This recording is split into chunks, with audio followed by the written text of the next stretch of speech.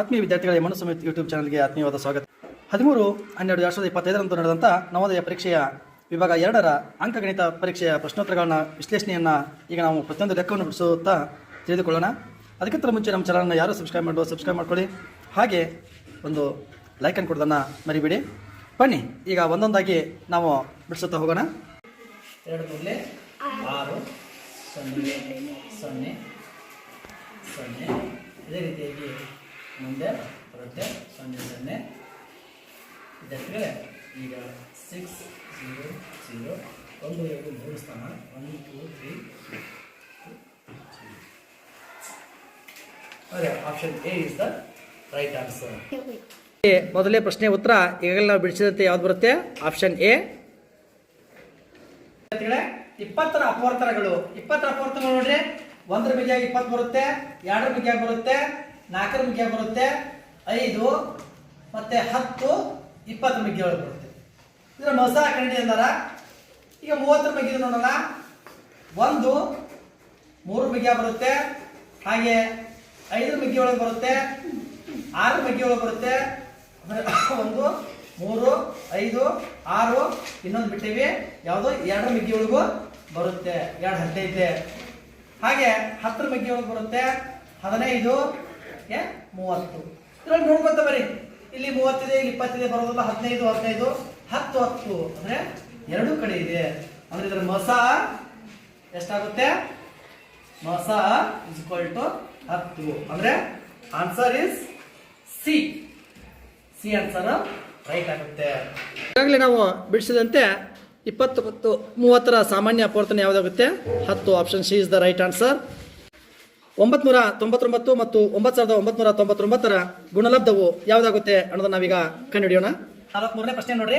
ಈಗ ನನ್ನ ತ್ರಿಬಲ್ ಗುಣಾಕಾರವನ್ನು ಮಾಡಿಬಿಡೋಣ. ಡೈರೆಕ್ಟ್ ಆಗಿ ಮಾಡ್ಬೋದು, ಆದ್ರೆ ನಾವು ತ್ರಿಬಲ್ ಗುಣಾಕಾರ ಮಾಡೋಣ. 9 9 81 8 89 9 81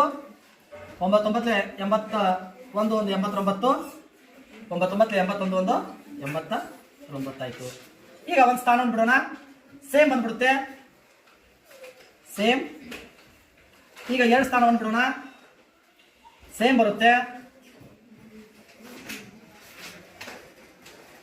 ಈಗ ಇವಾಗ ನಾವೇನು ಮಾಡೋಣ? ಕೂಡ್ಸೋಣ. 9 1 0 ಕೈಲ ಬಂತು 1 2 18 20 ಕೈಲ ಬಂತು 2 9 27 29 ನೋಡಿ. 9 27 27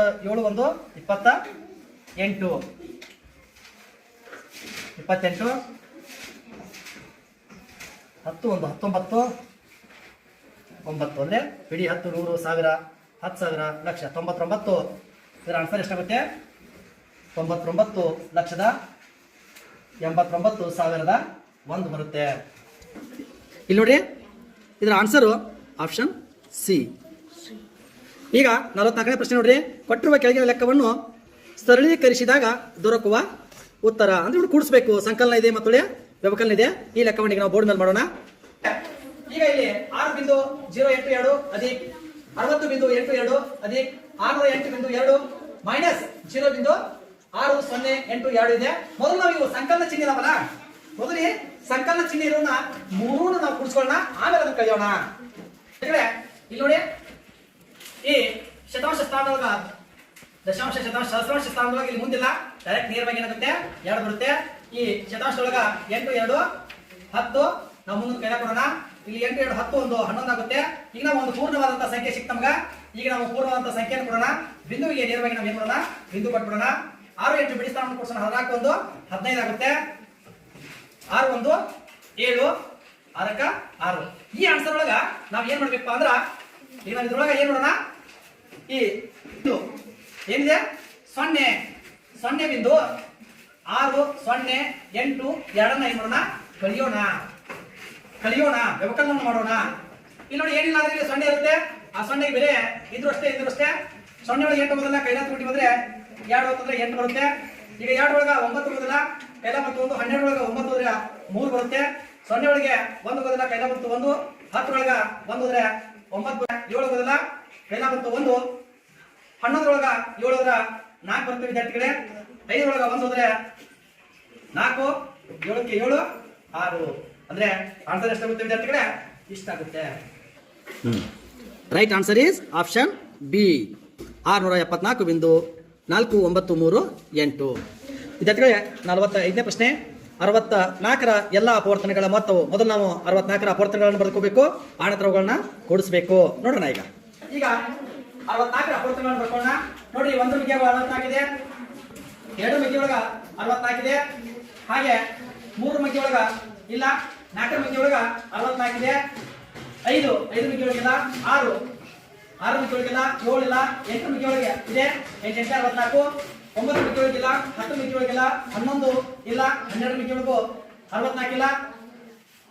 ನೋಡ್ರಿ, ಇವುಗಳ ಗುಣಾಕಾರದಿಂದ ಅಲ್ಲಿ ಮುಂದೆ ಬರುತ್ತೆ. ನೋಡ್ರಿ, 8 ಮಿತಿಯೊಳಗ 2 4 8 ಆಯ್ತು, ಇನ್ನ 2 8 16 ಮಿತಿಯೊಳಗಿದೆ, 4 8 32 ಮಿತಿಯೊಳಗಿದೆ, ಹಾಗೆ 8 64ರ ಮಧ್ಯೊಳಗಿದೆ. ಇವುಗಳ ಮೊತ್ತ ಅಂತಾರ.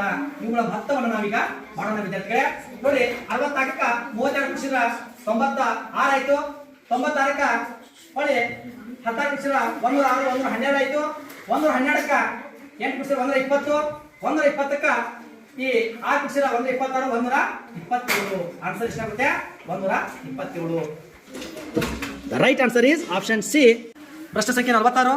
1 ಮತ್ತು 11ರ ನಡುವೆ ಎಷ್ಟು ಅವಿಭಾಜ್ಯ ಸಂಖ್ಯೆಗಳಿವೆ ಅಂದಾರ ಈಗ ನಾವು ನೋಡೋಣ. 11ರ ನಡುವಿನ ಅವಿಭಾಜ್ಯ ಸಂಖ್ಯೆ ಅಂದಾರ ಅವುಗಳ ನಡುವೆ ನೋಡೋಣ. ಒಂದನ್ನು ಬಿಟ್ಬಿಡ್ಬೇಕು, ಒಂದು ಭಾಜ್ಯದ ಅವಿಭಾಜ್ಯದ ಅದು 2 3 5 6 ಭಾಜ್ಯ ಆಗುತ್ತೆ, 7 ಹಾಗೆ 9 10 ಇವು ಭಾಜ್ಯ ಆಗುತ್ತೆ. ಇವು 4 ಅವಿಭಾಜ್ಯ ಸಂಖ್ಯೆಗಳು. ಆನ್ಸರ್ ಎಷ್ಟಾಗುತ್ತೆ?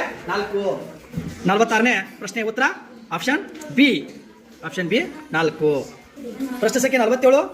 1,000ನೇ 999ರ ದಶಮಾಂಶ ರೂಪವು ಇದಾಗಿದೆ ಅಂತಾರ ಈಗ ನೋಡೋಣ ವಿದ್ಯಾರ್ಥಿಗಳೇ. ಇಲ್ಲಿ ನಾವು ಈಜಿಯಾದ ಟ್ರಿಕ್ ಅನ್ನು ಬಳಸ್ಬಿಡೋಣ. ಇಲ್ಲಿ 3 0 ಇದಾವ, ಇಲ್ಲಿ 3 ಸ್ಥಾನಕ್ಕೆ ಬಿಂದು ಕೊಡೋಣ. ಅಂದ್ರೆ 0.999. Option C is the right answer. ಪ್ರಶ್ನೆ ಸಂಖ್ಯೆ 48. 0.1 ಗುಣಾಕಾರ 0.1 ಗುಣಾಕಾರ 0.1 ಇದಕ್ಕೆ ಸಮನಾಗಿದೆ. ಈ ರೀತಿಯಾಗಿ ನಾವು ಲೆಕ್ಕವನ್ನ ಬಿಡಿಸ್ಕೊಂಡು ಹೋದಾಗ ನಮ್ಗ ಇಲ್ಲಿ ಆನ್ಸರ್ ಬರುತ್ತೆ. ನೋಡಿ, ಆಪ್ಷನ್ ಬಿ 0.001. ವಿದ್ಯಾರ್ಥಿಗಳೇ 49ನೇ ಪ್ರಶ್ನೆ ನೋಡ್ರಿ. 1 ಸೆಂಟಿಮೀಟರ್ ಸ್ಕ್ವೇರ್ ಅನ್ನು m² ವರ್ಗ ಸಮೀಕರಣಕ್ಕೆ ಪರಿವರ್ತಿಸಲಾದಾಗ ಸಿಗುವ ಉತ್ತರ ಎಷ್ಟು ಅನ್ನೋದನ್ನ ಈಗ ನಾವು ನೋಡೋಣ. ಇಲ್ಲಿ ನೋಡಿ, 1 ಮೀಟರ್ ಸ್ಕ್ವೇರ್ 100 ಸೆಂಟಿಮೀಟರ್ ಆಗುತ್ತೆ. ಇಲ್ಲ ಏನು ಯಾರ 100 cm ಸ್ಕ್ವೇರ್ 100 cm ಸ್ಕ್ವೇರ್ ಅದನ್ನ ಮೀಟರ್ ಸ್ಕ್ವೇರ್ ಮಾಡಿದಾರ. ಈಗ 100 cm ಸ್ಕ್ವೇರ್ ಅಂದ್ರೆ 10 ಗುಣಾಕಾರ 10 ಆಗುತ್ತೆ. ಹಾಗೆ ನಮಗೆ ಇದನ್ನ 100 ಗುಣಾಕಾರ 100 ಗುಣಾಕಾರ 100 ಮಾಡಿದೀವಲ್ಲ ಎಷ್ಟು ಬರುತ್ತೆ? 10,000 ಬರುತ್ತೆ ವಿದ್ಯಾರ್ಥಿಗಳೇ. ಈ 10,000ರಿಂದ ಈ 100ನ್ನ ಡಿವೈಡ್ ಮಾಡ್ಬೇಕು. ನಾವೀಗ 10,000 ಏನ್ ಮಾಡ್ಬೇಕು? 100ನ್ನ ನಾವು ಡಿವೈಡ್ ಮಾಡ್ಬೇಕಾಗುತ್ತೆ. ಆಗ ನಾವು ಸಿಂಪಲ್ ಆಗಿ ಹೇಳ್ಬೋದು ವಿದ್ಯಾರ್ಥಿಗಳೇ, ಇಲ್ಲಿ ಎಷ್ಟು ಸ್ಥಾನ ಅದಾವಲ್ಲ ಅಷ್ಟು ಸ್ಥಾನಕ್ಕೆ ನಾವು ಬಿಂದುಗಳನ್ನ ಕೊಡಬೇಕು.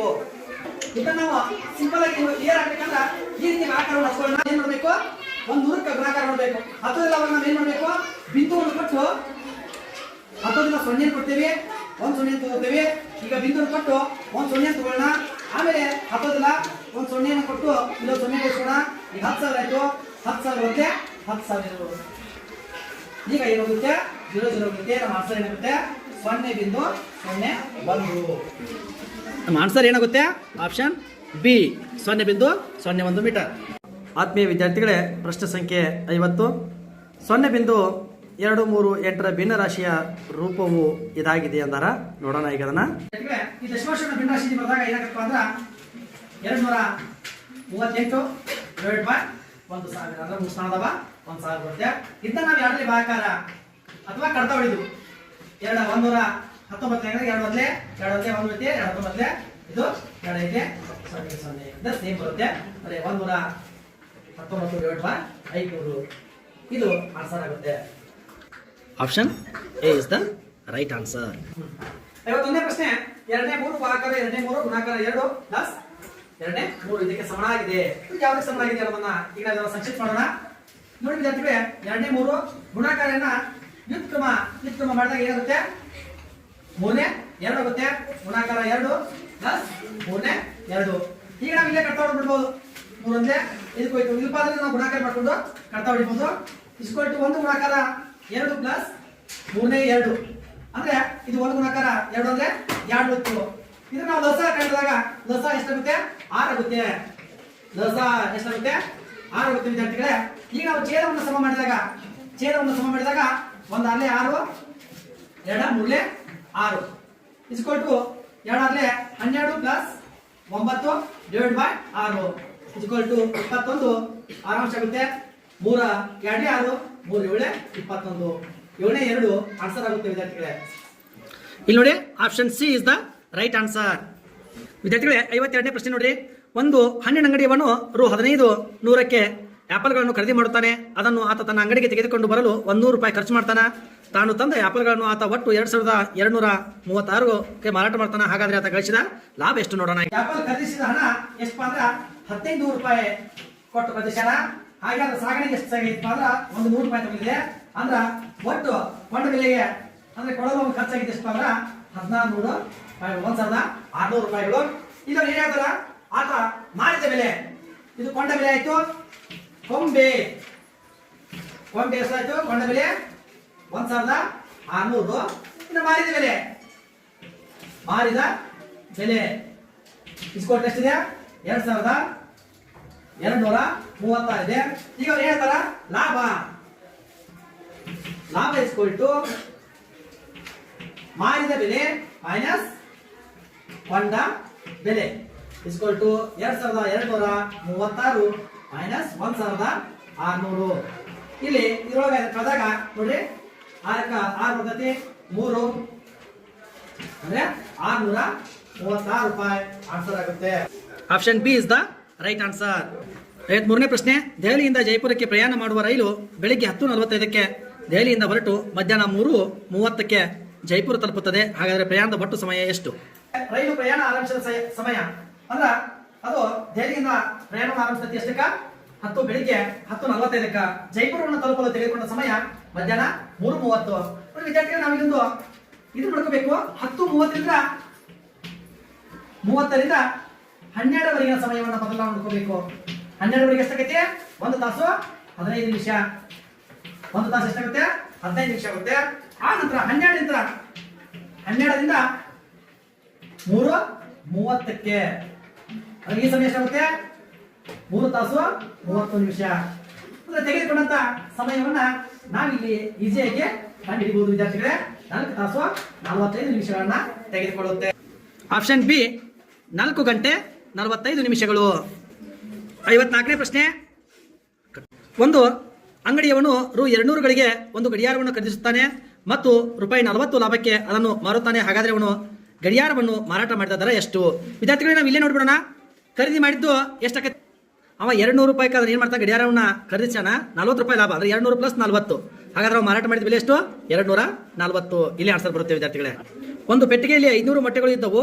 ಅವುಗಳಲ್ಲಿ 25ನೇ 3ರಷ್ಟು ಒಡೆದು ಹೋಗಿದ್ದವು ಮತ್ತು 5ನೇ 1ರಷ್ಟನ್ನು ಅತಿಥಿಗಳಿಗೆ ನೀಡಲಾಯಿತು. ಹಾಗಾದ್ರೆ ಬೆಳೆಸಬಹುದಾದ ಒಟ್ಟು ಮೊಟ್ಟೆಗಳ ಸಂಖ್ಯೆ ಎಷ್ಟು? ಸರಿ, ಇಲ್ಲಿ ನೋಡಿ ಮೊಟ್ಟೆ ಟೋಟಲ್ ಮೊಟ್ಟೆಗಳು ಎಷ್ಟಿದಾವ? 500 ಅದಾವ. 500ರ 25ನೇ 3 ಅಂದ್ರ 500ನ 25ರಲ್ಲಿ 25 ಗುಂಪುಗಳು ಮಾಡ್ಬೇಕು. 500 25 ಗುಂಪು ಮಾಡಿದ್ರೆ ಎಷ್ಟಾಗವ? 20 ಗುಂಪುಗಳು ಆಗ್ತಾವ. 3 ಅಂದ್ರೆ ಎಷ್ಟಾಗತ್ತೆ? 60 ಮೊಟ್ಟೆಗಳಾಗ್ತಾವ. 60 ಮೊಟ್ಟೆಗಳು. ಹಾಗೆ ಅದ್ರಲ್ಲಿ ಏನ್ ಮಾಡ್ತಾರ? 5ನೇ 1ರಷ್ಟು ಅತಿಥಿಗಳಿಗೆ ನೀಡಲಾಯಿತು. 5ನೇ 1ರಷ್ಟು ಏನ್ ಮಾಡ್ಯಾರ? 500ರೊಳಗ 5ನೇ 1ರಷ್ಟನ್ನ ಅತಿಥಿಗಳಿಗೆ ನೀಡ್ಯಾರ. 5ನೇ 1ರಷ್ಟು ಎಷ್ಟಾಗತ್ತೆ? ಭಾಗಾಕಾರ ಮಾಡಿದಾಗ 100 ಆಗ್ತೈತಿ. 100 ಮೊಟ್ಟೆಗಳು. 100 ಮೊಟ್ಟೆಗಳು. ಒಟ್ಟು ಎಷ್ಟದು? 160 ಮೊಟ್ಟೆಗಳದು. ಈ 60 ಮೊಟ್ಟೆಗಳು ಹೋದಪ್ಪ ಅಂದ್ರ ಇನ್ನು ಉಳಿದಂತ ಮೊಟ್ಟೆಗಳು ಎಷ್ಟು ಇದ್ದಾವ? 340 ಮೊಟ್ಟೆಗಳು. 340 ಮೊಟ್ಟೆಗಳು ಉಳಿತಾವ. ಸರಿ, 55ರಲ್ಲಿ ಏನಾಗುತ್ತೆ? Option C 340. ಒಂದು ಪಂಚಭುಜದ ಸುತ್ತಳತೆ 80 ಸೆಂಟಿಮೀಟರ್ ಆಗಿತ್ತು. ಅದರ 4 ಬಾವುಗಳ ಮೊತ್ತ 63 ಸೆಂಟಿಮೀಟರ್ ಆಗಿದ್ದರೆ ಆ ಪಂಚಭುಜದ 5ನೇ ಬಾವಿನ ಉದ್ದವು. ಇಲ್ಲಿ ನೋಡ್ರಿ, ಈ ಸುತ್ತಳತೆ 80 ಅಂದಾರ. ಈಗ ನಾವು 80ರೊಳಗೆ 63ನ್ನ ಏನ್ ಮಾಡೋಣ? ಮೈನಸ್ ಮಾಡಿಬಿಡೋಣ. ಅವಾಗ ಎಷ್ಟು ಬರುತ್ತೆ? 17 ಸೆಂಟಿಮೀಟರ್. ವಿದ್ಯಾರ್ಥಿಗಳೇ, ಕೆಳಗೆ ಕೊಟ್ಟಿರುವ ಲೆಕ್ಕದಲ್ಲಿ ಬಿಟ್ಟಿರುವ ಸ್ಥಳದಲ್ಲಿ ತುಂಬಬೇಕಾದ ಸಂಖ್ಯೆಯು ಅಂದಾರ. ಇಲ್ಲಿ ನಾವು ಯಾವ ಸಂಖ್ಯೆಯನ್ನು ತುಂಬಬಹುದು ಅನ್ನೋದನ್ನ ಈಗ ನೋಡೋಣ. ವಿದ್ಯಾರ್ಥಿಗಳೇ, ನಾವಿಲ್ಲಿ ನೋಡೋಣ. ಈಗ ಸರಿ, ಇಲ್ಲಿ ನೋಡಿ 52,394 2 ಕಳಿಬೇಕು. ಈಗ ನಾವು ನಿಮ್ಗೆ ಈಜಿ ಆಗುವ ಹಾಗೆ ಹೇಳ್ಬಿಡೋಣ. ಅದೆಷ್ಟು ಬರುತ್ತೆ? 172 172 2 ಉಳಿತಿ 2 2 58. ಇಲ್ಲಿ ನೋಡಿ ವಿದ್ಯಾರ್ಥಿಗಳೇ, ಇದು ಇಸ್ಕ್ವಲ್ ಟು ಅಂದ್ರೆ ಇಂಟು ಆಗಬೇಕು. ಅಂದ್ರೆ ಇಂಟು 86 ಇಷ್ಟು ಬರುತ್ತೆ. 86 ಏನ್ ಮಾಡ್ಬೇಕಿಲ್ಲ, ನಾವು ಭಾಗಾಕಾರವನ್ನು ಮಾಡಬೇಕು. ಏನ್ ಮಾಡ್ಬೇಕು? ಭಾಗಾಕಾರವನ್ನ ಮಾಡಬೇಕು. ಭಾಗಾಕಾರ ಮಾಡ್ಬೇಕಾದ್ರೆ ಇಲ್ಲಿ ಹತ್ತೋಗಿಲ್ಲ, ಹತ್ತಲಾಗ ನಾವ್ ಏನ್ ಮಾಡ್ಬೇಕು? ಮಗ್ಗೆ ನೆನೆಸ್ಕೋಬೇಕು. ಏನು 6 6 36 6 8 48 48 3 51 6 ಬಂತು. 6 7 42 7 56 56 ಇದು 60 0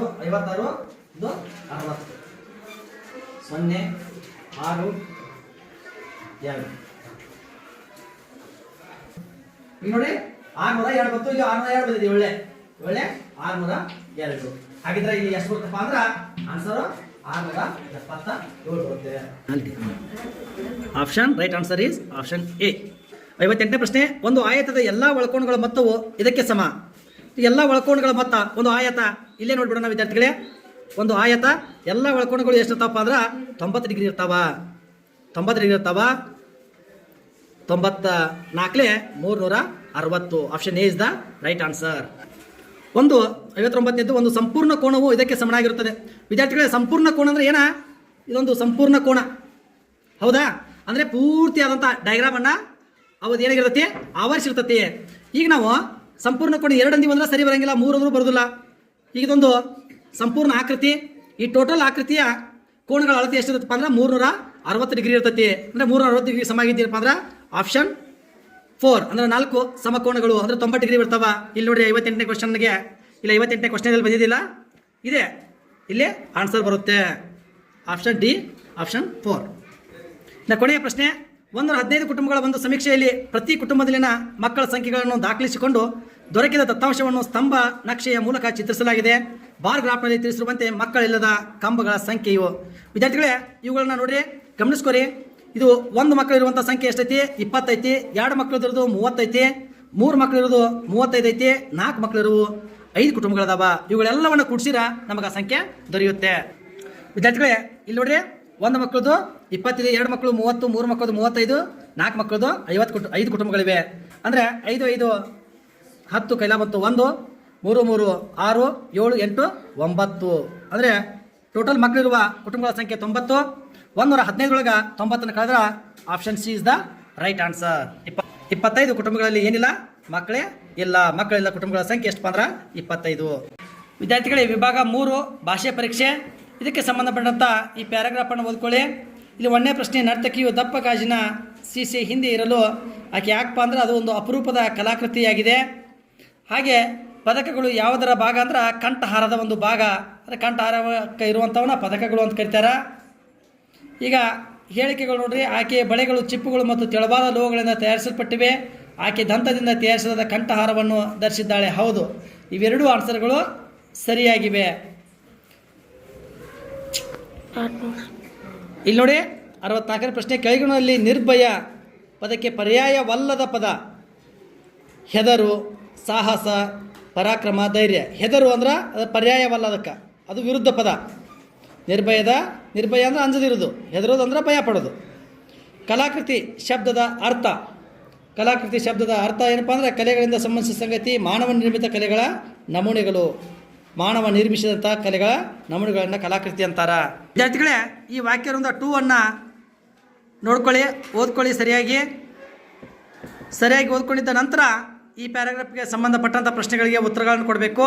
66ನೇ ಪ್ರಶ್ನೆ, ಹೂಗಳು ಅನೇಕ ರೀತಿಯಲ್ಲಿ ಉಪಯುಕ್ತವಾಗಿವೆ ಅಂದರೆ ಉಪಯೋಗಿಸಲ್ಪಡುತ್ತವೆ. ಹೂಗಳು ವಿವಿಧ ಬಣ್ಣಗಳು ಮತ್ತು ಆಕಾರಗಳಲ್ಲಿವೆ. ವಿವಿಧ ಬಣ್ಣ ಆಕಾರಗಳಲ್ಲಿರ್ತಾವ. ಇನ್ನು 68ನೇ ಪ್ರಶ್ನೆ, ಹೂಗಳು ವ್ಯಾವಹಾರಿಕ ಉಪಯೋಗಗಳು. ಟೀ ಮಾಡ್ತಾರೆ, ಸುಗಂಧ ದ್ರವ್ಯಗಳನ್ನು ಮಾಡ್ತಾರೆ, ಅಲಂಕಾರಿಕ ಪ್ರಸಾಧನಗಳ ತಯಾರಿಕೆಗಳಲ್ಲಿ ಇವುಗಳನ್ನ ಏನು ಮಾಡ್ತಾರೆ? ಬಳಸ್ತಾರೆ.